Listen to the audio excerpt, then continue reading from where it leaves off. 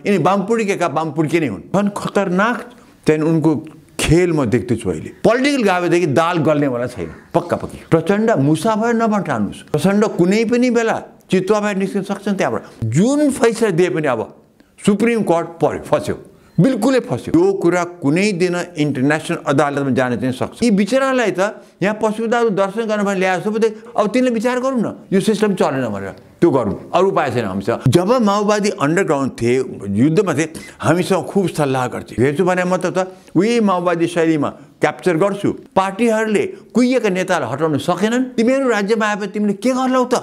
ए बाबा, दुईचोटि प्रधानमन्त्री खाइछु तिमीहरूले। ओल्डलाई सुप्रिम कोर्टमा मात्रै अब डर हुन्छ कि सुप्रिम कोर्टले के भन्छ। यी त बेकुफ रहेछन्, कस्ता मान्छेलाई समर्थन दिन्छ भन्ने त्यो अहिले लान्छना हामीलाई लागिराखेको छ। हामीले त्यो सहनु परेछ। त्यो लोभ र पापले दुईटैले यिनलाई बिगारेर म त माओवादी कमान्डर पो त भनेर त्यो बाटो हिँडेछन्। उनको पनि केही पतन त हुँदैन, तर पतन हुनु अगाडि देश कस्तो विरोधाभास कुरा हो यो। यही हो कसै कतै काम हुनै दिएन। हेर्नुहोस्, बलात्कारहरू झन् बढेका छन्। अनुहार हेऱ्यो भनेदेखि त्यहाँ सबै मधेसकै अनुहार थियो। त्यहाँ तिमीहरूको यही बुद्धि, यही रवैया चल्यो भने त सामाजिक सञ्जालमा यिनीहरू त सरापेका छन्। संसार कहाँ पुगेछ, हामी कहाँसम्म। हेर्नुहोस् त, तीनटा कु त हामीले पनि भोगिसक्यौँ। कतै न कतै ओलीले केही न केही टेकेर त गरेका होला। गल्ला त्यहाँ गएका भए पनि केही हुनेवाला छैन। भारतसँग अहिले यिनको दाल गल्दैन, किनभने बुद्धि लगाउँ कि नेपाललाई के फाइदा हुनेवाला छ। आदरणीय दर्शक श्रोता, पछिल्लो विकसित राजनीतिक घटनाक्रममाथि केन्द्रित रहेर कुराकानी गर्नका निम्ति राजनीतिक विश्लेषक एवं नागरिक अगुवा डाक्टर सुन्दरमणि दीक्षित हामीसँग हुनुहुन्छ। डाक्टर साहब, स्वागत छ यहाँलाई।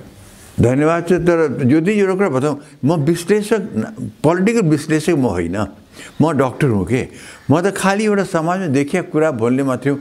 म विश्लेषक होइन। विश्लेषक भने त जस्तो डाक्टर सुरेन्द्र केसी हो, यिनीहरू पनि साँच्चीकै विश्लेषक। म त मामुली एउटा समाज हेरेर बोल्ने म डक्टर हुँ, त्यही मात्रै म गर्न सक्छु। म विश्लेषक होइन। ठिक छ डाक्टर साहब, तपाईँले आफूलाई विश्लेषक होइन भन्नुहुन्छ, तर पनि विभिन्न घटनाक्रमहरूमाथि डाक्टर साहबका विचारहरू आइराखेका छन् र आम दर्शक श्रोताले सुन्न पनि चाहिराख्नु भएको हुन्छ। खै ठिकै छ, मैले डाक्टर साहबसँग यिनै सामाजिक र राजनीतिक विषयमा म केन्द्रित रहेर कुराकानी सुरु गर्छु। आज जनयुद्ध दिवस। यो जनयुद्ध थालनी गर्ने नेताहरू जतिखेर आतङ्ककारी घोषित थिए, जतिखेर सङ्कटकाल मुलुकमा थियो, यो राजनीतिक सङ्घर्ष हो र यसलाई राजनीतिक ढङ्गले हेरिनुपर्छ भनेर तपाईँले यो शान्ति प्रक्रिया पुरा गर्न र आतङ्ककारी घोषित भएका, अवैधानिक सङ्घर्षमा लडेका, गैरकानुनी सङ्घर्ष गरेका, हतियार उठाएका नेताहरूलाई राजनीतिको मूलधारमा ल्याउनलाई भूमिका खेल्नुभयो। प्रचण्डजीहरूलाई काठमाडौँ ओह्राल्ने काममा ठुलो भूमिका खेल्नुभयो। त्यो जनयुद्ध के थियो र आज त्यसका नेताहरू कहाँ पुगे? त्यो जनयुद्धलाई सम्झिँदा तपाईँ कस्तो खालको राजनीतिक धारणा अहिले तपाईँलामा विकास भएको छ, राखिदिनु त्यो अनुभव। जनयुद्ध हुँदाखेरि चाहिँ नि हाम्रो के विचार थियो भनेदेखि यसरी मारकाट हुन भएन, यो गृहयुद्ध हुन भएन। तर उनले उठाएका मुद्दा धेरै जायज पनि छन्, धेरै मुद्दा जायज थिए। तर उनीहरू बाटो ठाउँ ठाउँमा चाहिँ नि लक्ष्मण रेखा पार गरे। मेरो शब्दै त्यही थियो, लक्ष्मण रेखा पार गरेर मान्छे खुट्टै भाँच्दिने, निर्दोष मान्छेलाई चाहिँ जघन्य हत्या गर्ने, त्यस्तो पनि कुरा भयो। हामीले के भन्यो भनेदेखि जहाँ जहाँ सेनाको भिडन्त हुन्छ, जनमुक्ति सेना, राजाको सेना, जहाँ जहाँ भिड हुन्छ ठिक छ, त्यो लडाइँ हो। तर जहाँ चाहिँ निमुखा व्यक्तिहरूलाई गएर चाहिँ जुन किसिमले हतियार हुन थाल्यो, जहाँ चाहिँ उनको चाहिँ सम्पत्ति हडप हुन थाल्यो, त्यो गलत भएन। हामी त्यही हिसाबले, तर यी सबै हुँदाहुँदै पनि धेरै मुद्दाहरू माओवादी उठाएको सही छ। यसलाई राजनीतिक हिसाब लिनुपर्छ। यिनलाई बाहिर राखेर चाहिँ नि यो सल्भ हुँदैन, यिनलाई भित्रै ल्याउनुपर्छ भनेर हामीले एउटा समाज खडा गऱ्यौँ। त्यो थियो, नाम थियो शान्तिको लागि, शान्ति र विकासको लागि नागरिक समाज भनेर हामीले खोल्यौँ। त्यसमा मान्छे असल मान्छे, देवप्रकाश त्रिपाठी हुनुहुन्थ्यो, हाम्रो राजेश्वर आचार्य एमएस हुनुहुन्थ्यो, हाम्रो विष्णुप्रकाश श्रेष्ठ, सुशील अमात्य, माने जे होस् त्यसमा डाक्टर सुरेन्द्र केसी, हामी सबै एकै थलोमा बसेर शान्ति र विकासको, शान्ति माओवादी युद्धको लागि, त्यसपछि विकासको लागि हामीले खोल्यौँ। त्यो गरेर हामी मात्रै त्यो बेलामा नागरिक समाज हामीले थियो, अरू कोही थिएन। त्यो गरेर हामीले सकेसम्म यसलाई चाहिँ यहाँ ल्याउनुको लागि खुब प्रयास गऱ्यौँ र गऱ्यौँ पनि, र प्रशस्त काम पनि गऱ्यौँ। हामीले तीनचोटि त हामी राजाको ढोकामै पुगेर चाहिँ हामीले मेमोरान्डम पनि दियौँ, बिन्ती पत्र पनि भन्यौँ, जेसुकै भनेर हामीले सकेसम्म राजालाई पनि सही बाटोमा यिनीसँग कुरा गर भन्ने हिसाबले हामी गएका थियौँ। ठिक छ, आखिरमा त्यो भयो, एक प्रकारले भए पनि उनीहरू मिले आए, सबै गए। र त्यस बेलाको चाहिँ नि अब जनयुद्ध हाँक्ने नेताहरू भन्दाखेरि त प्रचण्ड भए, बाबुराम भए, बादल भए, त्यो बेलामा त नेपाल थर्किन्थ्यो। यिनको एउटा बिबिसीमा महराले बोल्ने भनेपछि सारा नेपालले त्यो हेर्थ्यो कि। सो उनले चाहिँ नि त्यो हिसाबले आएका थिए र हामीले विचार गऱ्यौँ अब यिनी आए पनि कसरी, चे गुएभरा भन्दा पनि राम्रो ढङ्गबाट गुरिल्ला वारफेयर पनि गरे, त्यसपछि शान्ति प्रक्रियामा आए, त्यसपछि इलेक्सन लडे, त्यहाँ प्रधानमन्त्री भए। अब यस्तो खालको चाहिँ नि अद्वितीय काम गरेका व्यक्तिहरूले अब नेपाल चाहिँ अगाडि बढ्यो। अब भ्रष्टाचार निर्मूल हुन्छ, नातावाद कृपावाद हुँदैन, अब नेपाल फस्टायो, हाम्रो पैसा दुरुपयोग अब हुँदैन भनेर हामीले विचार गरेका थियौँ। त्यो कुरा चाहिँ त धेरै समय लागेन त्यो चकनाचुर हुनुमा र बिल्कुलै चाहिँ हामीले सोचेको चाहिँ नि विपरीत हुँदै गयो। एकदम छिटै चाहिँ नि हाम्रो चाहिँ नि त्यो दिशा चाहिँ नि यिनीहरूले चेन्ज गर्दै गए। पावरमा नहुन्जेलसम्म एउटा कुरा, पावरमा हुने बित्तिकै हाम्रो नेपालको सतीको सराप भनिन्छ नि, त्यो चाहिँ त्यतापट्टि लागि र आखिरमा माओवादीहरूले अहिलेसम्म हेर्दाखेरि यो 10-12 वर्ष भयो अहिले हेर्दाखेरि त उनीबाट चाहिँ के पनि भएन, बरु मुलुकलाई झन् गलत दिशातिर ढकेलिए। अब उनी मात्रै भन्दैन, उनीसँग अरू पनि कम्युनिस्ट पार्टी मिले र त्यो मिलेर चाहिँ नि कुनै पनि फाइदा मुलुकलाई चाहिँ भएन, यो पक्का कुरा। त्यसैले हाम्रो सपना चकनाचुर भयो, हाम्रो प्रयास खत्तम भयो, यसो कुनै अर्थै रहेन। हामीलाई मान्छेले बेकुफ भने, हामीलाई तपाईँहरूले माओवादीले यत्रो चाहिँ समर्थन ल्याउनु भयो, त्यस बेलामा तपाईँ मलाई त प्रवक्ता नै भनेका थिए माओवादीको। कतिचोटि त अब राजा अरेस्ट होला पनि डर पनि हामीलाई हुन्थ्यो, हामी कर्फ्यू पनि तोड्यौँ, जे पनि गऱ्यौँ, अरेस्ट पनि भयौँ। तर अहिले आएर मान्छेले चाहिँ हामीलाई चाहिँ नि यी त बेकुफ रहेछन्, कस्ता मान्छेलाई समर्थन दिएछ भन्ने त्यो अहिले लान्छना हामीलाई लागिराखेको छ, हामीले त्यो सहनु परेछ। यो हदसम्म त्यस्तो विचलन किन आयो होला? प्रचण्ड यति विचलित किन भए? यो आन्दोलन यति विखण्डन किन भयो? पछिल्लो समय यो समग्र स्थिति यो हुनुमा के को दोष हो? यसो लोभ सबभन्दा ठुलो हुँदो चाहिँ लोभ, पावरको चाहिँ नि त्यो लोभ, पैसाको लोभ। यही दुईटै कुरा लोभी पापी भनिन्छ नि। लोभ लोभ लोभ, पावरको पनि लोभ, सत्ता क्याप्चर गरेर बस्ने र त्यसमा पैसाको दुरुपयोग गर्ने, यो मुख्य कुरा यही रहेछ कि। त्यसैले हेर्नुहोला, जबसम्म मान्छे पावरबाट बाहिर रहन्छ नि एकदम राम्रो कुरा हुन्छ, जनताको लागि गरिन्छ, हामी तल्लोको व्यक्तिलाई उठाउँछौँ। अब देशलाई स्विट्जरल्यान्ड बनाउँछ, प्रचण्डले भनेकै पनि थिए हामी स्विट्जरल्यान्ड बनाउँछ भनेका थिए। पावरभन्दा बाहिर बस्दाखेरि, पावरमा पस्ने बित्तिकै उनको त्यो मनस्थिति यसरी परलक्कै पल्टिँदो रहेछ कि चाहिँ नि, अनिखेरि चाहिँ नि पावरमा कसरी टिकिराखौँ, जायज उपाय होस् या नाजायज होस् टिकिरहँ, र पैसाको दुरुपयोग, पैसा कहाँबाट हामीलाई आउँछ, देशी विदेशी यहाँ भएको पैसा सबै कसरी लुटौँ भन्ने मात्र हुँदो रहेछ। यो चाहिँ नि हाम्रो पावर धान्न सक्ने, त्यो पावर पाएर पनि त्यसमा चाहिँ नि त्यसलाई धानेर जनतातिर त्यो लग्ने चाहिँ नि त्यो चाहिँ नि एउटा बाटो यिनले लिन सक्दा रहेछ। जस्तो भन्नु एक्जाम्पल दिउँ, महात्मा गान्धी, त्यो पावर त्यत्रो शक्ति आएर जनतातिर त्यो एनर्जी जनतातिर गयो। जस्तो न्युक्लियर एनर्जी, त्यो न्युक्लियर एनर्जी गलत बाटोमा गयो भने एटम बम बन्छ, त्यो न्युक्लियर एनर्जी सही बाटोमा गयो भने बिजुली आउँछ, विकास हुन्छ। त्यस्तै पोलिटिक्समा त्यो रहेछ। नेल्सन मण्डेला, सिङ्गापुरको ली क्वान यू, अब भनौँ अमेरिकाको एब्राहम लिन्कन भनौँ, जब त्यत्रो शक्ति आएपछि त्यो शक्ति कसरी प्रयोग गर्ने भने थोरै मान्छेमा त्यो क्षमता हुँदो। बिपी कोइराला भनौँ, गर्न खोज्या हो, गरेका हुन्। त्यसैले यस्ता यस्ता मान्छे पनि छन् र थिए, तर अधिकांशले धान्न सक्दा रहन्छ। त्यसैले गङ्गालाई तल ल्याउँदाखेरि, गङ्गालाई तल ल्याउँदाखेरि देवता त थुप्रै थिए नि त, तर किन त शिवजीले मात्रै गर्छ? किन शिवजी त्यागी तपस्वी, उनलाई झालझेल गर्नु थिएन, उनलाई पावर क्याप्चर गर्नु थिएन, उनलाई पैसाको दुरुपयोग गर्नु थिएन। त्यो शक्ति भने त्यो त्यागी र तपस्वीले त्यो गर्न सक्दो रहेछ, जसको मनमा त्याग र तपस्या छ, बाहिर देखाउने मात्रै होइन। त्यसले त्यो खालको नेता हामी के नेपालमा जो थिए मरेर गए, आजको दिनमा कोही पनि भएनन्। माओवादीको नेता त हुँदै भएनन्, न त एमालेका अहिलेका नेताहरू पनि त्यसमा भएन गर्थ्यो। त्यो लोभ र पापले दुइटैले यिनलाई बिगारेर नातावाद कृपावाद, अनिखेर त आफ्ना चाहिँ वाह वाह गर्ने मान्छे मात्रै। र जो यहाँको बताउँदा मलाई जब माओवादी अन्डरग्राउन्ड थिए, युद्धमा थिए, हामीसँग खुब सल्लाह गर्थे, कुरा हुन्थ्यो, हामी कुरा उनलाई बताउँथ्यौँ, उनले हामीलाई बताउँथे। जब पावरमा आए तब त हामीलाई त हामीसँग कुरा गर्नु त के, हाम्रो अनुहारदेखि पनि डराउनु थाले। हामीलाई त हामी भेट्न खोजे पनि यिनले हाम्रो भेट्न चाहेन, त्यस्तो हुँदो रहेछ। उनले हाम्रो चाहिँ अब हामीले त उनलाई भन्छ तपाईँले गल्ती गर्नुभएको छ या ठिक गर्नुभएको छ, गल्ती गर्नुभएको छ, त्यो भन्ने बित्तिकै तर्स्ने रहेछ कुरा त्यो।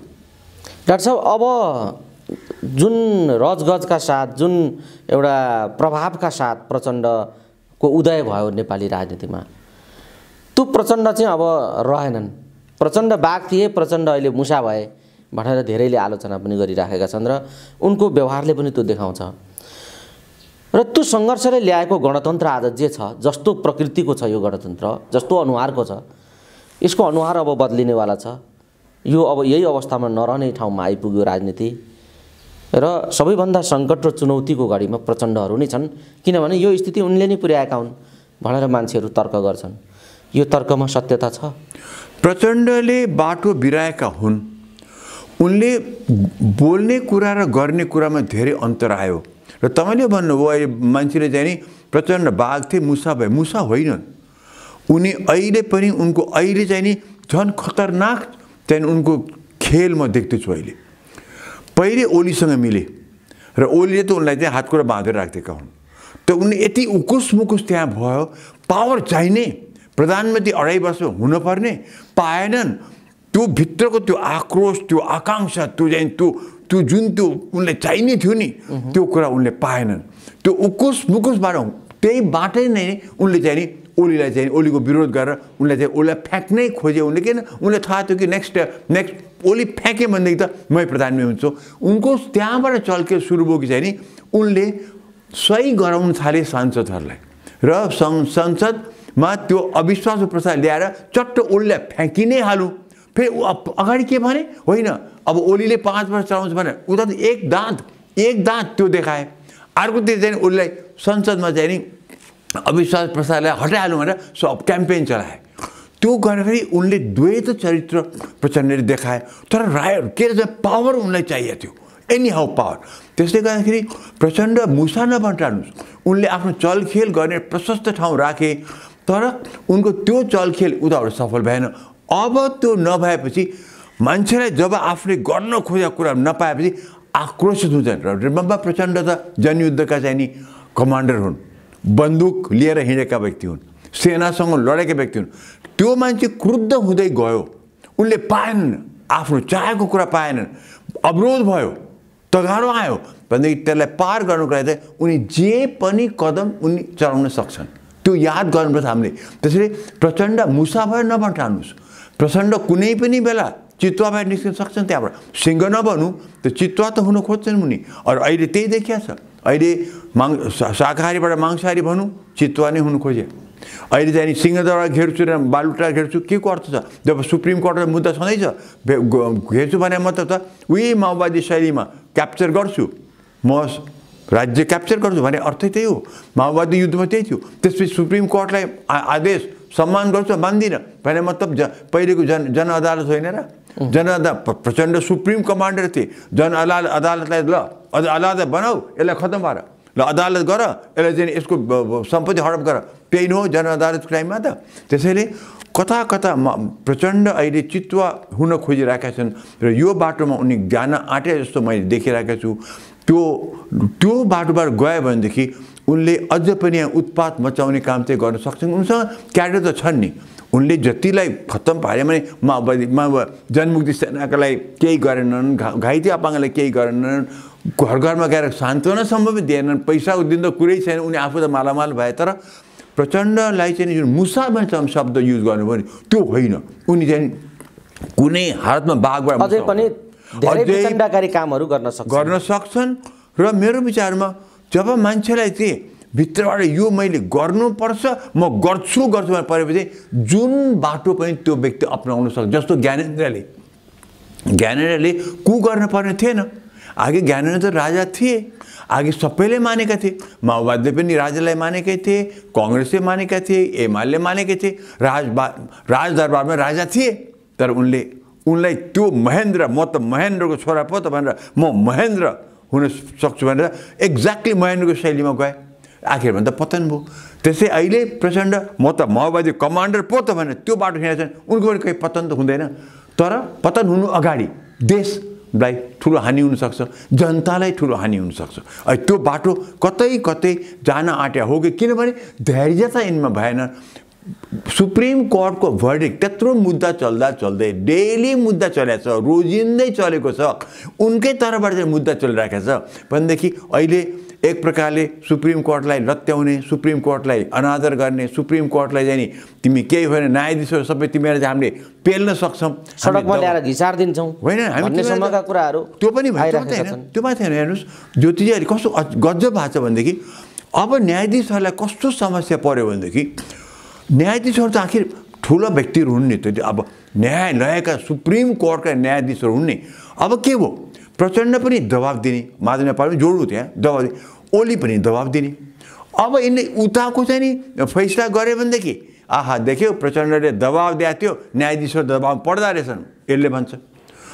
ओलीको तर्फबाट मुद्दा दिउँ, दिउँ फैसला दिउँ, अनि के चाहिँ सरकारको दबाबमा त न्यायाधीश के रहेछ, खालि पदको रहेछ, पैसा पछि रहेछ भन्दाखेरि अब न्यायाधीशहरूको चाहिँ नि अवस्था जे फैसला गरे पनि न्यायाधीशहरूको त माने जनताको नजरमा त यी त बिल्कुल पत्रू बेकम बाका, यिनी प्रेसरमा पर्दा रहेछन्, पैसा पावर धम्कीमा। अब हेर्नु कति खतरा भयो न्यायालयमाथि, सुप्रिम कोर्टमाथि अब चाहिँ ठुलो चाहिँ जनताको अविश्वास हुने भयो। हेर्नुहोस् त अहिलेको होइन पछिसम्मको लागि जे फैसला आए पनि सुप्रिम कोर्टका न्यायाधीशहरू चाहिँ दबाबमा पर्दा रहेछन्, प्रलोभनमा पर्दा रहेछन्, धम्कीले उनलाई असर पार्छ भन्ने कुरा यस्ता यस्ता आइदिएपछि अनि कति ठुलो खतरा भयो लोकतन्त्र। अनि यिनीहरू भन्छन् हामी लोकतन्त्रका लागि हामी गइरहेछौँ भनेर भन्दाखेरि कस्तो विरोधाभास कुरा हो यो त लोकतन्त्रमा त सुप्रिम कोर्टलाई बचाउँछन्, यस्तो चाहिँ नि सुप्रिम कोर्टलाई खत्तम गर्ने काम गर्छ। मैले भने नि जुन फैसला दिए पनि अब सुप्रिम कोर्ट पर्यो, फस्यो, बिल्कुलै फस्यो, जनताले मान्नेवाला छैन। जनताले मान्छ तर जनतालाई अब विश्वास चाहिँ हुनेवाला छैन। हेर्नुहोस् कस्तो समस्या, यो ठुलो ठुलो ठुलो मान्छे धेरै विचार गरेको छैन यो कुरा। तर म भन्दैछु सुप्रिम कोर्टलाई अहिलेको यो इस्युले गर्दाखेरि धेरै धेरै ठुलो कमजोर बनाइदियो। लोकतन्त्रमा सुप्रिम कोर्ट कमजोर भयो भने त खत्तम हुन्छ। आज इन्डियामा सुप्रिम कोर्टले मोदी सरकारलाई चुनौती दिएको छ, त्यतिसम्म हुन्छ डेमोक्रेसीमा सुप्रिम कोर्ट। राष्ट्रपति हेर्नुहोस् अब अमेरिकाको राष्ट्रपतिलाई हल्लाउन सक्छ नि अमेरिकाको सुप्रिम कोर्टले। अब हाम्रो यहाँ सुप्रिम कोर्टलाई पङ्गु बनाउनेतिर दुवै ग्रुपहरू लागेका छन्, असाध्य खराब हो, लोकतन्त्रलाई साह्रै ठुलो खतरा भयो। डाक्टर साहब यो गणतन्त्र अझ उन्नत हुन्छ, राजासहितको प्रजातन्त्र बहुदलीय व्यवस्था गलत भयो, त्यसले जनताको अपेक्षा पुरा गर्न सकेन, राष्ट्रको समृद्धि ल्याउन सकेन। अब यो गणतन्त्रले चाहिँ मुलुकको समृद्धि ल्याउँछ भनेर जुन खालको बलिदान भयो, यहाँ थुप्रै हत्या हिंसा र अपराधजन्य कुराहरू पनि भए। यी कुनै कुराको शान्ति प्रक्रियाको सही तरिकाले निरूपण पनि हुन सकेको थिएन, छैन। तर यही बेला प्रचण्ड फेरि अर्को हिंसाको, अर्को संवैधानिक अदालतमाथि प्रश्न खडा गर्ने ठाउँमा प्रचण्डजी उभिनु भएको छ, ओलीजीहरू उभिनु भएको छ। त यस्तो बेला शान्ति प्रक्रिया, असफल भएको शान्ति प्रक्रियाले कता मोडिन सक्छ, त्यो स्थिति कता जान सक्छ? हिजोदेखिकै मुद्दा र द्वन्द्वका अवशेषहरू त छँदैछन्, जीवित छन्, त्यसको सही निरूपण भएन भन्ने कुरा पनि उठेको छ। सँगसँगै त्यो निरूपण नहुँदै निरूपण गर्न तै सक्छ कि यो लोकतन्त्रले, यो गणतन्त्रले भन्ने अपेक्षा जो हो त्यो अदालतमा गएर बजारिएको छ। अहिले त सबैभन्दा खतरा त्यहाँ अदालतलाई नै असफल बनाउने ठाउँमा हो स्थिति आइपुगेको छ। जटिल भयो यो, अब कतातिर मोडिन्छ होला? तपाईले जुन भन्नुभयो नि गणतन्त्र आयो हो, हामीले शाह डिनेस्टी, शाह शासन हामीले फ्याँकेको चाहिँ हो, गणतन्त्र आएको शैलीमा देखिया छैन। यहाँ त एउटा राजा फ्याँकेर हामीले अनेक राजा यहाँ बनायौँ। राष्ट्रपतिकै हेऱ्यो भनेदेखि त उनको सामधाम हेऱ्यो भने त, त्यो तामझाम हेऱ्यो भने त त्यहाँ त कुनै पनि राजाभन्दा कम त देखिएको छैन। र अहिले पावरको खेल भन्ने हो भनेदेखि त यो अहिले यो 2/3 मत लिएर चाहिँ त यिनले पावर त कसरी खेलाछन् देख्नु भएन। माने बरु राजाले पनि टाइममा चाहिँ सुप्रिम कोर्टलाई सल्लाह दिन्थे, यहाँ त राष्ट्रपतिकै सल्लाह लिन नि यत्रो चाहिँ नि संसद विघटन गर्दाखेरि पनि त कहीँ पनि सुप्रिम कोर्टको चाहिँ सल्लाह त लिएको छैन नि भनेदेखि हामीले हो गणतन्त्रमा नाम चाहिँ नि आयो राजा ज्ञानेन्द्र शाहलाई फ्याँकेका हौँ शाह डिनेस्टीलाई फ्याँकेका हौँ तर अनेक राजा रजोट चाहिँ हामीले जन्माएका हौँ र तपाईँ जुन भन्नुभयो अब यो कुन दिशा जान्छ भन्दाखेरि एक त शान्ति प्रक्रिया नै टुङ्गेको छैन हिजोकै अवशेषहरू जीवित छन् दोस्रो कुरा त्यसले ल्याएको उपलब्धिमै ठुलो प्रश्न आयो भने चाहिँ अब कता जाला भन्ने उपलब्धि त अहिले हेर्दाखेरि त केही पनि ल्याएन किनभनेदेखि के ल्यायो त मान्छे त प्रगतिको आशा गरेका थिए माने सबैलाई समान व्यवहार तपाईँ जानुहोस् कुनै अड्डामा जानुहोस् भन्छु नभए काम लाग्छ भन्नुहोस् मलाई कुनै अड्डामा जानुहोस् पैसा खर्च नगरिकन तपाईँ काम एक फाइल त्यहाँबाट त्यहाँ पुग्छ भन्नुहोस् भन्दैन अहिले कोरोनाको यत्रो महामारीमा सुरुवातको दिनमै चाहिँ नि त्यत्रो चाहिँ भ्रष्टाचार चाहिँ स्वास्थ्य मन्त्रालयबाट भाव होइन र भनेदेखि यही हो र शान्ति प्रक्रियाको कुरा गर्ने हो भनेदेखि त जो त्यत्र माने जघन्य अपराध गर्ने व्यक्तिहरूलाई आज कहीँ के भयो त केही दण्ड भयो त भन्दाखेरि शान्ति प्रक्रियाको त्यो 2टा कमिसनहरू 3टा कमिटीहरू बनाएको थिए के भयो त के काम भयो कतै काम हुनै दिएन हेर्नुहोस् त्यसैले गर्दाखेरि ठुलो अहिले कहाँ समस्या पर्छ भनेदेखि जब हामीले आफैले यत्रो चाहिँ जनयुद्ध जहाँ चाहिँ नि कहीँ त क्राइम अगेन्स्ट ह्युम्यानिटी भएको छ त्यो अवस्था हामीले यहाँबाट टुङ्गो लाउन सकेका छैन भनेदेखि यो कुरा कुनै दिन इन्टरनेसनल अदालतमा जान चाहिँ सक्छ किनभनेदेखि कतै माओवादी युद्धको टाइममा क्राइम्स अगेन्स्ट ह्युम्यानिटी भएको छ दुवै पक्षबाट त्यसैले तपाईँ जो भन्नुभयो टुङ्गो लाउँछ कुरै छोड्नुहोस् त्यसबाट जुन समस्या उत्पन्न भएको थियो ती समस्याको हल गर्नेतिर पनि हामी लागेनौँ किनभने अब आए पावर पाइहाले ती नेता यताका नेता पावर पाइहाले पावर पाएपछि पावर खेलाउनै थाले र पावर खेलाउनु भने मतलब आफू पैसा खाने जतिबाट जहाँबाट पैसा उसूल्ने जहाँबाट पावर उसूल्ने त्यही काम यिनीहरूबाट भयो जनता त कता गयो कता जनताको लागि भने चाहिँ नि युद्ध गरे जनताको लागि भनेर अहिले 2/3 मत पनि ल्याए त जनता भनेको त हावा खायो त्यो त खालि ब्यालेट बक्ससम्म मात्रै जनता भनेको त त्यो मतपेटीसम्म हामीले हालुन्जेलसम्म जनता त्यो हालेपछि त जनता गायो त्यो हुँदो रहेछ हाम्रो अहिले यो खालको प्रणालीमा त्यो हुँदो रहेछ यो खालको पार्लियामेन्ट्री डेमोक्रेसीमा त्यो हुँदो रहेछ यो खालका नेताहरू भएपछि यस्तो हुँदो रहेछ र तपाईँ जुन भन्नु कुन दिशामा जान्छ भन्न गाह्रो छ अहिले आजको परिस्थिति हेर्नु हो भने त सुप्रिम कोर्टमा डिसिसन छ उसले के गर्छ हेरौँ तर ओभरअल हामीले पिक्चर हेर्ने हो भने 10-12-20 वर्षको पिक्चर हेर्ने हो भनेदेखि त मुलुक जस्तो अन्यलको स्थितिमा पहिले थियो अहिले त्योभन्दा पनि खराब स्थितिमा छ भ्रष्टाचार झन मौलाएको छ बलात्कारहरू झन बढेका छन् हत्या हिंसा झन बढेको छ र यो स्थिति छ सो हामी पहिले भन्दा पनि डामाडोल स्थितिमा छौँ तर बताउँ पहिले राजाको टाइममा याद छ तपाईँलाई एकचोटि यहाँ जघन्य अपराध भयो बलात्कार भइकन हत्या भएको थियो पोखरामा यहाँ त्यो बेलामा त्यस बेलाको रानी कोही भाइहरू मुछिया थियो भन्ने कुरा त्यो पञ्चायत टाइममा त्यो गुप्चुप हो नमिता र सुमिता काण्ड भन्थे त्यो फेमस भएको थियो नमिता र सुमिता काण्ड पञ्चायत टाइम थियो राजाको पुरा शासन थियो केही भएन कसैलाई पनि बरु तिनको बाउ जो हत्या भएका केटीहरू थिए तिनको बाउलाई चाहिँ नि गएर वीरगञ्जमा चाहिँ नि कुन फ्याक्ट्री जेनरल म्यानेजर बनाइदिए त्यो सामसुमा भइहाल्यो एउटा घटना त्यस्तो भएको थियो त्यो बेलामा अहिले हेर्नुहोस् त अहिले कस्तो भइरहेको छ भनेदेखि अस्ति मात्रै निर्मला हत्याकाण्ड अहिले भगीरथको हत्याकाण्ड भनेदेखि यो अझ कति हामीले थाहा नपाएको कति छन् भनेदेखि जुन स्थिति आज 20-30 वर्ष अगाडि थियो त्योभन्दा अहिले हामी खराब अवस्थामा पुगेको मैले अनुभव गरेँ तर अहिलेको तत्काल कुरा गर्ने हो भनेदेखि कुन दिशा भनेको चाहिँ नि अब सुप्रिम कोर्टले के डिसिसन दिन्छ फैसला दिन्छ त्यसमा चाहिँ नि भर पर्छ पर्खेर बसौँ तर आखिर नेता यही हुन् जता पनि फैसला गए पनि नेता यही हुन् पार्टीहरूले कुहिएका नेतालाई हटाउन सकेनन् कुनै पनि पार्टीले सबै नेताले मरुन्जेलसम्म नेतागिरी गर्न दिइराखेको छ अझ तिनकै पछि लागेर लडत भिडन्त गर्ने देखिन्छ त्यसमा चाहिँ अब के भनेदेखि ती कुहिएका नेताहरूको पछि जुन युवाहरूले तलबाट पार्टीलाई स्वच्छ गर्न पर्थ्यो ती त यिनैको पछि लागेको देखियो अब हाम्रो युवाबाट कुनै पनि दलको युवाहरू केही मात्रै होला जसले चाहिँ नि सपार्न खोजेको चाहिँ पार्टीलाई उनको पुरानो उनलाई त्यो फिलोसफीमा अडिग छन्।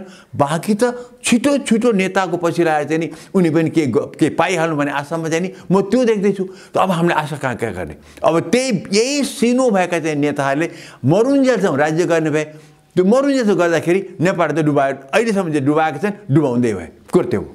यो जुन खालको अहिले प्रतिस्पर्धा चलेको छ, सरकारको तर्फबाट पनि मान्छे भेला गर्ने, आमसभा गर्ने, फेरि लगत्तै फेरि त्यसको विरोध गर्ने माधव प्रचण्डजीहरूले फेरि जनता बोलाउने काठमाडौँमा 77 जिल्लाबाट गाउँबाट जनता ल्याउने र फेरि आमसभा गर्ने र फेरि त्यसलाई काउन्टर दिने, यो आमसभाको प्रतिस्पर्धा जो छ, यो प्रतिस्पर्धा केका लागि र किन? यो त बुद्धि भ्रष्ट भएकाहरू, जनताको चाहिँ नि स्वास्थ्यसँग खेलबाड गर्ने मनस्थिति भएकाहरू र जनताको यति पनि चाहिँ नि वास्ता नभएकाहरूको चलखेल हो यो। किनभने कोरोनाको यत्रो महामारीमा मान्छेले रोजगार छैन, सबैतिर परिस्थिति डामाडोल अवस्थामा छ, अर्थतन्त्र कहाँ पुगेको छ, आर्थिक स्थिति कहाँ छ, हाम्रो इन्डस्ट्रीहरू फ्याक्ट्रीहरू चलेका छैनन्। यस्तो अवस्थामा ल्याएर त्यता पनि लाग्नुपर्ने ठाउँमा आए चाहिँ नि एउटा जमात गरेर म कति नै ठुलो देखाउनु खोज्छ, त्यहाँबाट अर्कोले प्रतिकार गरेर मै कति ठुलो देखाउनु खोज्छ। अब भइगयो त, दुईटाले गरे, उसले गर्यो नचाहिने काम गर्यो त गर्यो, यसले गर्यो उनीको तर्फबाट भयो, नचाहिने काम गरे उसले भयो, फेरि अर्को के खानु गरेको।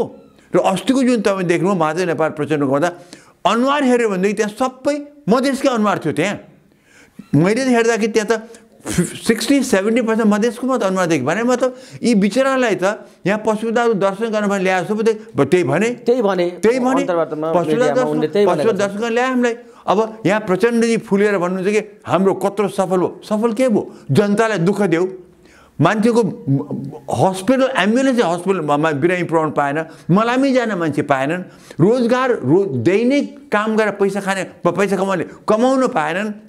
तिमी भन्छौ तिम्रो सफलता भयो। यो बुद्धि भएर कहीँ जनताको तिमीले राम्रो गर्ला, तिमीहरू राज्यमा आएपछि तिमीले के गर्लौ त? ए बाबा, दुईचोटि त प्रधानमन्त्री खाइछु तिमीहरूले, माधव नेपाल एकचोटि, ओलीले अब दुईचोटि भइसक्यो। तिमीहरूको यही बुद्धि यही रवैया चल्यो भने त हामी जनता त विश्वास गर्न सक्दैनौँ। अनफर्चुनेटली के भइदियो भनेदेखि यो सिस्टममा फेरि तिमीहरू नै हावी भएको छौ। अब यो सिस्टम फ्याँक्ने बेला भयो। अब हामीले अर्को सिस्टम डेमोक्रेसी भित्र ल्याउने बेला भइसकेको छ। हेर्नुहोस् ज्योतिजी, नत्र भनेदेखि यस्ता माने विचार गर्नुहोस्, कोरोनाको यो महामारी छ, साउथ अफ्रिकामा म्युटेसन भइसक्यो, त्यसलाई भ्याक्सिनले काम नगर्ने अवस्था भइरहेको छ। उता पनि अब हाम्रो यहाँ अहिले कम किन कम भएको छ भने हामी टेस्टिङ गरिरहेको छैनौँ नि, टेस्टिङ एकदम घटिसक्यो भनेदेखि कोरोना महामारी फैलिन सक्छ, मास्क छैन, दूरी छैन। यस्तो अवस्थामा चाहिँ प्रतिस्पर्धा के को? जनताको स्वास्थ्यमाथि खेलबाडको, उनको विचारको रोजगारको यानी खेलबाडको यो गर। अनि खेरि चाहिँ नि कतिजना टिभीमा भनेका छन्, त्यहाँ हामी त रमिता हेर्न आएका छौँ भनेको छ। अनि यसमा ओहो हामीले घुम्न आएको अनि पशुपतिको दर्शन गर्न आयौँ भनेको त्यही भएर अब चाहिँ नि यो प्रचण्डजीहरूले र ओलीजीहरूले देख्छन् त्यहाँ ओहो हामी त कति ठुला मान्छे बुझ्दैनन् कि सामाजिक सञ्जाल हेरौँ एकचोटि। सामाजिक सञ्जालमा यिनीहरू त सरापेका छन्। यिनीहरूलाई चाहिँ यति यिनीहरूले चाहिँ अहिले गाली गरेको छ। म के भन्नु, बाहिरको त्यो क्याडरको वावा नगर, क्याडर त तपाईँको त्यो आखिर तपाईँको पार्टीको भरोटे हुन् यिनीहरू, त्यो यो क्याडरलाई भन्नु। द फ्याक्ट इज जुन तपाईँहरू जुन वावा पाइरहन भन्ठान्नु भएको छ त्यो वावा होइन, तपाईँ जनताले तपाईँमाथि सरापेका छन्। खालि कुरा के भने तपाईँहरूले गर्दाखेरि अब यो सिस्टममाथि अब क्वेसन आयो। खालि के भनेदेखि बाहिरबाट कु नहोस्, भित्रबाट यो सिस्टम सपार्ने बेला आयो। यो खालको पार्लियामेन्ट्री सिस्टम अफ डेमोक्रेसी हामीले नेपालमा चल्दैन। त्यो हामीले चेन्ज गर्नै भयो। 70 वर्ष यो हामी हेऱ्यौँ। 70 वर्षमा कतिचोटि कु भयो, कतिचोटि फेरि आन्दोलन गर्नु पर्यो, जनयुद्धसम्म गर्नु पर्यो। अब यो सिस्टम चल्दैन ज्योतिजी। यही नै अर्को 70 वर्ष गर्नु भनेदेखि नेपाल कहीँ न कहीँ हामी पुग्दैनौँ। हामीसँग सँगसँगै उठेका इन्डिया हेर्नुहोस् कहाँ पुग्यो, चाइना हेर्नुहोस्, हाम्रो छिमेक कहाँ पुगिसके, संसार कहाँ पुगेछ, हामी कहाँसम्म हेर्नुहोस् त। यी किनभनेदेखि ठुल्ठुला माने राजनेताहरू हाम्रो जुन थिए मरेर गए, सिद्धियो उनको। अब हामी जो आएका छन् यी वामपुर्खे नेताहरू हामीले अहिले भेटाएका छौँ। यी वामपुर्खेबाट चाहिँ के हुनेवाला छैन, उनी बन्लान्। उनले यो वामपुर्खेले आफूलाई कति ठुलो भन्टाएर छ, त्यो यो जुलुस हेर्दैमा चाहिँ नि आफूले त्यो नभन्टार्नु। यिनी वामपुर्खेका वामपुर्खे नै हुन्। डाक्टर साहब, अब यही भित्रबाट अर्को बदल्नु पर्ने बेला आयो भनेर हामीले धारणा राख्दै गर्दा त्यो बदल्ने विधि के हो भन्ने छ। कसरी बदल्न सकिएला? अब यो निर्वाचनतर्फै जानुपर्छ र अर्को फ्रेस जनादेश ल्याउनुपर्छ, त्यो भयो भने एउटा सुधार आउन सक्छ भन्ने डाक्टर साहबको बुझाइ हो, या योभन्दा उन्नत अर्को केही तरिका अपनाउन सकिन्छ? अब हामीले नेताहरू, अब यो हेर्नुहोस्, कुरा के थियो भनेदेखि तपाईँलाई थाहा छ कि चाहिँ नि, यो जब संविधान लेख्यो नि, संविधान लेखिँदाखेरि हामीले क्याम्पेन गरेका थियौँ कि चाहिँ नि यो खालको जुन हामीले नक्कल गऱ्यौँ 7 सालमा पार्लियामेन्ट्री सिस्टम अफ डेमोक्रेसी, जहाँ चाहिँ नि सानो यो पार्लियामेन्टबाट चाहिँ चुनिने प्रधानमन्त्री काम लाग्दैन भने हामीले भनेका थियौँ। र हामी जुलुस पनि लिएर गएका थियौँ कि चाहिँ अब यहाँ राष्ट्रपतीय प्रणाली ल्याउँ या देशव्यापी चुनिएको प्रधानमन्त्री। र यो कुरा माओवादीले प्रेसिडेन्सीमा मानेकै थियो, एमाले पनि प्रधानमन्त्री प्रणाली देशव्यापी चुनिएको प्रधानमन्त्री मानेको थियो। तर कङ्ग्रेससँग त्यो मेलमिलाप गर्दाखेरि कङ्ग्रेसले जानिए मारेन। उनको 1907 सालमा ल्याएको हुनाले उनले त्यो लिएर बस्यो उनीहरूले गर्दाखेरि। अनि यी दुईवटा चाहिँ नि फेरि त्यो कङ्ग्रेसमा तत्काल मिलेर चाहिँ पावरमा जानुको लागि हाम्रो त्यो आइदिए, बिल्कुल आवर्षण गरिदिए गर्दाखेरि यिनले पनि मानेका थिए। अब दलहरूले बुझ्नु पऱ्यो कि चाहिँ नि 70 वर्ष ट्राई गऱ्यौँ, कति दिन हामी ट्राई गर्ने, जनताले पनि त्यो बुझ्नुपर्छ। अब अहिले 2/3 पार्लियामेन्ट थियो, यो बुझ्यो भने पनि अब यसमा पार्लियामेन्टेरियनहरूले पनि बुझुन्, सांसदले बुझुन् कि अब के गर्ने भन्ने कुरा। नत्र पनि अब जनताले चाहिँ नि हामीले अब प्रेसिडेन्सियल सिस्टम या देशव्यापी चुनिएको प्रधानमन्त्री प्रणाली जानैपर्छ, सानो पार्लियामेन्ट बनाउनुपर्छ र मन्त्रीहरू चाहिँ नि राष्ट्रपति होस् या प्रधानमन्त्रीले बाहिरबाट नन पोलिटिकल मान्छे विज्ञहरूलाई लिएर गर्नुपर्छ, ताकि हरेकचोटि प्रधानमन्त्री उसलाई पद दिएन पार्लियामेन्टभित्र अनि खुट्टा तान्ने, भोलिपल्ट खुट्टा तान्ने, उनलाई झार्ने, मिलिजुली सरकारमा जाने त्यो अवस्था नहोस्। अब हामीले भोग्नसम्म भोग्यौँ, 2-3 चोटि कु पनि भइसक्यो। 2टा कु बाहिरबाट डेमोक्रेसी बाहिर, ओलीको कु डेमोक्रेसी भित्रबाट, 3टा कु त हामीले पनि भोगिसक्यौँ। अब यो सिस्टम चल्दैन। अब तपाईँ हामी विचार गरौँ कसरी त्यो ल्याउने भन्ने कुरा चाहिँ नि अहिले म पनि भन्न सक्दिनँ। हुनुपर्ने जनता नै उठेर चाहिँ नि हो, पोलिटिकल पार्टीहरूले पनि अब हुँदैन भन्न पर्थ्यो। एमाले मानेकै थियो, माओवादीले मानेको थियो, अब तिनले विचार गरौँ न, यो सिस्टम चलेन भनेर त्यो गरौँ, अरू उपाय छैन हामीसँग। अब यही 70 वर्ष अर्को चल्ने हो भनेदेखि यो पार्लियामेन्ट्री सिस्टम जो अहिले हाम्रो छ त्यो हामी नेपाल हामी अगाडि बढ्न सक्दैन। काहीँ न काहीँ मुलुकले परिवर्तन खोजेको छ र मानिसहरू असन्तुष्ट छन् भन्ने कुरा चाहिँ दिनहुँ जस्तो भइराखेका नागरिक आन्दोलनहरू र हुलहुज्जतहरूले अब खराब दिशाको सङ्केत गरिराखेको र केही न केही अर्को चिज खोजिराखेको भन्ने सङ्केतहरू चाहिँ देखिएका छन् सडकमा। तर यही चिजलाई भर्तेक गर्ने भनेर न्वारानदेखिको बल लगाएर लडिराख्नु भएको छ माधव प्रचण्डजीहरू र राष्ट्र अन्तर्राष्ट्रको समर्थन चाहियो। लोकतन्त्रमाथि कु भयो, यहाँ त लोकतन्त्र सनकै समाप्त गरे ओलीले। त्यसो गर्दा अब यो लोकतन्त्र बचाउनका लागि राष्ट्र अन्तर्राष्ट्रिय शक्तिले मलाई साथ दिनु पर्यो, यहाँ हस्तक्षेप गरिदिनु पर्यो भनेर प्रचण्डजी बोलिराख्नु भएको छ। ओलीजीले पुरै महेन्द्रीय तरिकाले नै यो निरङ्कुशता ल्याउनु भएको हो, त्यस्तो सङ्कट तयार भएको हो यहाँ डाक्टर साहब? त्यो भन्न मिल्दैन। अहिले मैले त पहिलेदेखि भनेको, तर यहाँ व्याख्या त त्यसरी भइरहेको। आइनो व्याख्या त अब जस्तो अधिकार छ नि त व्याख्या गर्ने। मेरो चाहिँ नि के विचार थियो भने सुरुदेखि मैले जब ओलीले जब संसदलाई विघटन गरेँ मैले भने यो डेमोक्रेसी भित्रको कु हो यो, किनभने उनीहरूले तत्कालै चाहिँ नि इलेक्सनको मिति नै घोषणा गरे र इलेक्सन कमिसनले अगाडि बढ पनि भने र त्यो अहिले पनि त्यो इलेक्सन कमिसन अगाडि बढिरहेको छ। त्यो गरेको मतलब चाहिँ नि यिनले पायो भनेदेखि यिनले यो अहिले यो मुद्दा सुद्धा नचलाएदेखि यसो बुझाइमा हेर्दाखेरि चाहिँ नि हामी वैशाखको 17 र 27 हामी इलेक्सनमा जाने पक्की थियो। अब यो मुद्दाले यहाँ अड्किराखेको छ। त्यसैले मैले भने यो कु भएको हो, तर डेमोक्रेसी भित्रबाट भएको कु हो यो भनेर मैले त भने। अब यो संसारले के भन्छ भने हो, ओलीले के भन्छ भनेदेखि जनमतमा जाउँ, जनताले डेमोक्रेसीमा जनता नै सुप्रिम हो, संसारले पनि त्यही नै भन्छ, संसारले पनि त आखिर त्यही नै भन्छ। र संसारमा फेरि याद गर्नु होला, यहाँ हामीसँग चाहिँ नि संविधानमा लेखिया किटान गरेको चाहिँ नि प्रधानमन्त्रीले किटान गरिया छैन कि चाहिँ नि उनले चाहिँ विघटन गर्न पाइन्छ, तर कतै सेरोफेरोमा गर्न सकिन्छ कि भन्ने चाहिँ नि प्रावधान छ रे भन्ने म सुन्दैछु। तर संसारमा अन्य मुलुकहरूमा विघटन गर्ने प्रधानमन्त्रीले क्लियर कट लेखिया छ। बेलायतमा, अब बेलायत त सबभन्दा ठुलो पार्लियामेन्ट डेमोक्रेसी हो, उसमा त सोझै गर्न पाइन्छ, इन्डियामा गर्न पाइन्छ भनेदेखि यता त ठुल्ठुला डेमोक्रेटिक मुलुकहरूले पनि गर्न पाउँछ भनेदेखि यहाँ त्यो प्रावधान राखिएन भइगयो। तर कतै न कतै ओलीले केही न केही टेकेर त गरेका होलान्। त्यसैले इन्टरनेसनलले गुहार्दैमा अन्तर्राष्ट्रिय स्तरमा चाहिँ नि अहिले माधव र प्रचण्डलाई समर्थन दिँदैनन्। किनभनेदेखि उनले भन्छन् ल प्रधानमन्त्रीले भङ्ग गरे, हाम्रो मुलुकमा त गर्न पाइन्छ, उनका चाहिँ किन नगरे हामी बुझ्न सकेनौँ। तर जब जनतामा जान्छु भनेदेखि त जनतामा जाउँ न त, द्याट्स डेमोक्रेसी भनेर उनको सोचाइ त क्लियर कट हुन्छ। उनलाई यो भित्रको यो बाङ्गो टिङ्गो नेपालको बाटो थाहा छैन। आफ्नो मुलुकमा जे छ उन त्यही नै भन्छन्, आफू जस्तो छ अरूले त्यही हेर्छन्। त्यसैले अहिले यो यिनले चाहिँ नि यो गुहारमा आएछन्, त्यतापट्टि त टुक त पटक्कै छैन। फेरि अन्तर्राष्ट्रियले के भन्छ भने तिमीहरू चाइनिजको 40 जनाको दफा ल्याएर तिमी प्रशिक्षण तिम्रो सांसदहरू लिन्छन् भनेदेखि त्यो प्रशिक्षण लोकतन्त्रको लागि थियो त। कम्युनिस्ट चाइनाले तिमीहरूको सांसदलाई लोकतन्त्रको लागि प्रशिक्षण दिन्छ कि कम्युनिजमको लागि प्रशिक्षण दिन्छ? अनि तिमी अहिले हामीसँग गुहार माग्छौ कि लोकतन्त्रको लागि भनेर, डेमोक्रेसीको लागि भनेर? त्यो कसरी कुरा मिल्यो? मिलेन भनेर सोचे भन्छ। अब जवाब के दिने? जवाब के दिने? आखिर चाइनिजहरू 40 जना आएकै हुन्, प्रशिक्षण दिएकै हुन् र कसले दिएको? सांसदहरूले दिएको हुन्।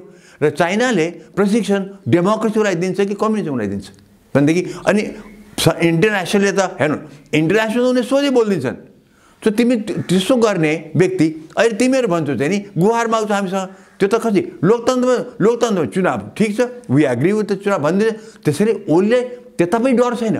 ओलीलाई सुप्रिम कोर्टमा मात्रै अब डर हुन्छ कि सुप्रिम कोर्टले के भन्छ। अब तपाईँले झन् निरङ्कुशतातिर ओली जान्छ कि भन्दाखेरि चाहिँ डर एउटै छ कि नि, अगर सुप्रिम कोर्टले संसद भङ्ग गर्यो अथवा गरेन भनेदेखि ओलीले अवश्य पनि चुनावमा जान्छन्। त त्यो बेलामा सङ्कटकाल लगाएर भए पनि जान्छन्। तर त्यो डर कहाँ छ भनेदेखि जान्छु त भन्छन्, जान्छन् कि जाँदैनन्? त्यो पोइन्टमा गएर वैशाखबाट जेठ असार साउन भदौ 17 साल 18 साल 19 साल हुने त्यही हो। त्यो होला कि भन्ने डर छ। अब सुप्रिम कोर्टले संसद भङ्गै गर्यो भनेदेखि इलेक्सन कमिसन अगाडि बढिसकेको छ, त्यहाँ चुनाव त हुन्छ र त्यो बेलामा ज्योतिजी सबै पार्टी चुनावमा जानेवाला छन्। किनभने 2 वर्ष पर्खिनुभन्दा अहिले चान्स पाएका छन्। जसलाई सिट छैन उनलाई सिट चाहिएको छ, जसको सिट एकदम कमजोर छ कङ्ग्रेस जस्तो या मधेसी दल उनले चाहिँ सिट बढाउनु परेको छ र अहिले बढ्छ पनि। किन अहिले कम्युनिस्टसँग वाक्क भएको छन् मान्छेहरू, यो कम्युनिस्ट पार्टी चाहिँ वाक्क भएको छन्, यिनको सिट त्यता जान्छ राप्रपालाई पनि जान्छ।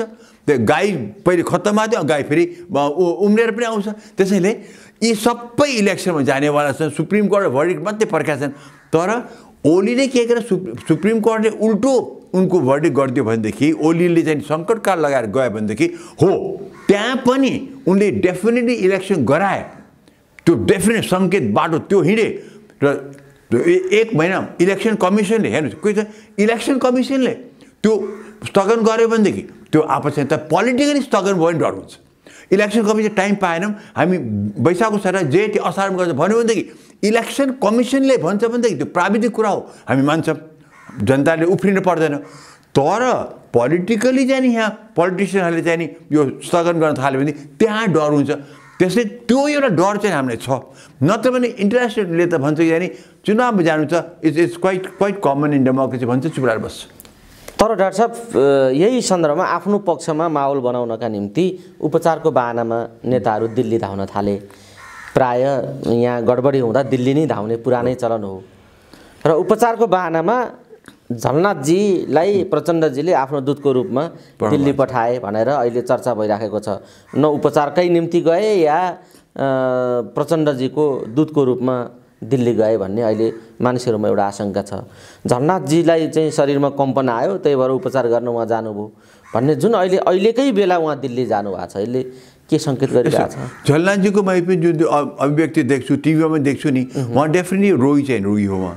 उहाँलाई कुनै न कुनै नर्भस सिस्टमको रोग चाहिँ छ त्यहाँ र त्यो हुनसक्छ त्यो अचानक बिग्रेर चाहिँ उहाँ जाने हो। त्यो हामीले चाहिँ विशुद्ध मनले भन्ने हो भनेदेखि टाइम यस्तै पऱ्यो त उनी चाहिँ भयो। जस्तो अब प्रचण्डको श्रीमती नि साँच्चीकै सिकिस्ती भएर गएको हो नि त। त्यो चाहिँ नि प्रचण्ड गए अब त्यो बेला पनि हामीले त्यस्तै अड्कल काट्यौँ। त्यसैले हामी विशुद्ध मन शुद्ध लिने हो भनेदेखि झलनाथ बिरामी उपचारै गर्न गएका हुन्।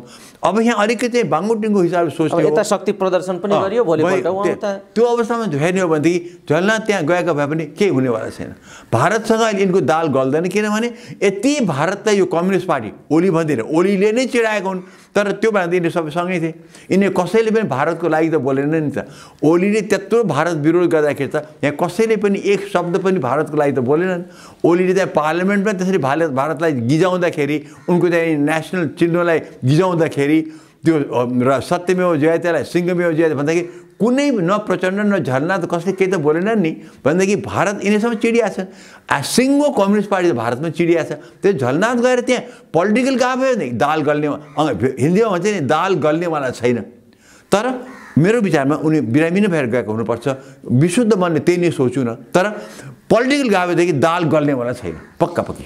डाक्टर साहब, हामी कुराकानीको अन्तिम चरणमा छौँ। जति सन्दर्भमा जे विषयमा हामी केन्द्रित रहेर कुराकानी गऱ्यौँ, यसमा छुटेको केही छ जाँदा जाँदै आम दर्शक श्रोतालाई भन्नुपर्छ? यति हो कि चाहिँ नि फर गड सेक पोलिटिकल पार्टीहरूले यो र्याली गर्ने छोडौँ, धैर्य गरून्, सुप्रिम कोर्टको भर्डिक्टलाई पर्खौँ, सुप्रिम कोर्टले चाहिँ पङ्गु बनाउने काम नगरौँ। तिनको न्यायाधीशहरूलाई चाहिँ नि प्रलोभनमा या दबावमा उनले चाहिँ फैसला गर्छ भने जनतामा त्यो भ्रम नपैलाइदिउँ। सुप्रिम कोर्टलाई कमजोर भयो भनेदेखि हाम्रो लोकतन्त्र नै कमजोर हुन्छ। कोरोनाको टाइम चाहिँ बाबा यसरी यो जुलुसहरू ननिकाल। यो तिमीहरू चाहिँ नि प्रलोभनमा मान्छेलाई ल्याएर चाहिँ नि कति ठुलो जुलुस गरेर भण्डार्छौ, त्यसो नभण्डार। जनता तिमीहरूसँग आक्रोशित छ, दुवै पक्षसँग आक्रोशित छ। किनभनेदेखि तिमी 2/3 पार्टीले केही गर्न सकेनौ भनेर परेको छ, बरु देशलाई झन् खाल्डोमा हाल्यो भनेर परेको छ। त्यसैले होस गर पोलिटिकल पार्टीहरू। र अन्तिममा चाहिँ नि अब पोलिटिकल पार्टीहरू यो पनि बुझ्यो कि चाहिँ नि यो सिस्टमलाई चाहिँ नि कसरी सपार्ने। यो अहिलेको भएको चाहिँ पार्लियामेन्ट सिस्टम चल्न सक्दैन। माओवादीले खेमाले पनि बुझुन्, एमालेको खेमाले पनि बुझुन्, कङ्ग्रेसले पनि यो कुरा बुझुन् र बुद्धि लगाउन् कि नेपाललाई के फाइदा हुनेवाला छ। एकचोटि राजा महेन्द्रले पञ्चायतका ल्याएका थिए, तर अब यिनले चाहिँ पञ्चायत त हामीले फ्याँकिहाल्यौँ। तब यिनले अब सोचुन् अर्को के सिस्टम छ डेमोक्रेसी भित्रबाट ल्याउने, त्यो गर्न पर्यो। र जनताले चाहिँ नि यो भ्रममा नपरौँ, यिनको यो जुलुसमा नजाइदिउँ, प्लिज नजाउँ। किनभने हामीले कोरोनासँग पहिले बच्नु छ, त्यसपछि अर्थतन्त्र उठाउनु छ। यिनको क्रियाकलाप यी गैर जिम्मेवारपन यी नेताहरूको चाहिँ नि पछि हामी नलागौँ। अब हामी चाहिँ नि भोट गर्दाखेरि सही व्यक्तिलाई भोट गरौँ। खालि आस्था कुनै पार्टीमा छ भन्दैमा तिनले दिएको जस्तैसुकै कुहिएको नेतालाई हामी भोट चाहिँ नहालौँ। हस्, धन्यवाद डाक्टर साहब, अमूल्य समय दिनुभयो। पछिल्लो विकसित राजनीतिक घटनाक्रममाथि केन्द्रित रहेर हामीले कुराकानी गर्ने समय प्राप्त गऱ्यौँ। यो समय र यो संवादका लागि यहाँलाई धेरै धेरै धन्यवाद छ। Thank you.